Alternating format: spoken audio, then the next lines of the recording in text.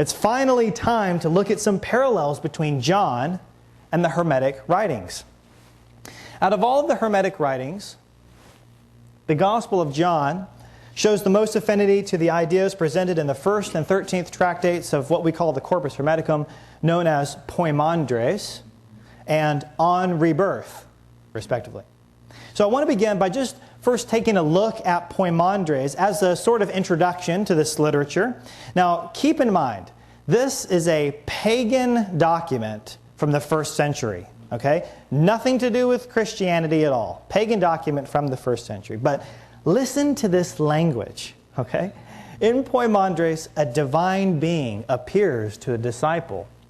And he says, I am the nous, the mind, the first God, and the luminous word, logos, that issued from the mind is the Son of God. Did you notice that? Here we have a monotheistic God, one they actually called God the Father, believe it or not. And God the Father issued forth a logos, and the logos is His Son. Then we read this, that suddenly the logos of God was united with the mind of the demiurge, for the logos was of one substance, homoousios, with the mind. Do you hear the language of Nicaea there? The one God the Father is homoousios with the logos His Son. Do you think that's an accident? That would be a whole other presentation. Maybe we'll get into that another time. The final hymn, we read this. And so with all my soul and strength I praise God the Father. Holy is God the Father of all, who precedes all beginnings. You are holy, who by your logos made all things that are. Okay, so first of all, this sounds eerily Christian, even Trinitarian. And that's precisely why Christians like Lactantius and Augustine identified Hermes as an ancient prophet of their 4th century Nicene Christianity. But as I said, that's a presentation for another time. But second of all, this sounds a little bit like the Gospel of John.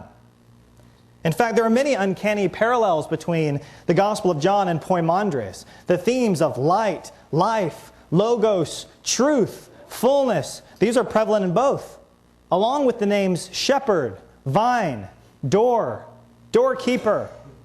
I went through both books and I counted, and references to light occur 19 times in Poimandres, with 9 pairings of light and life.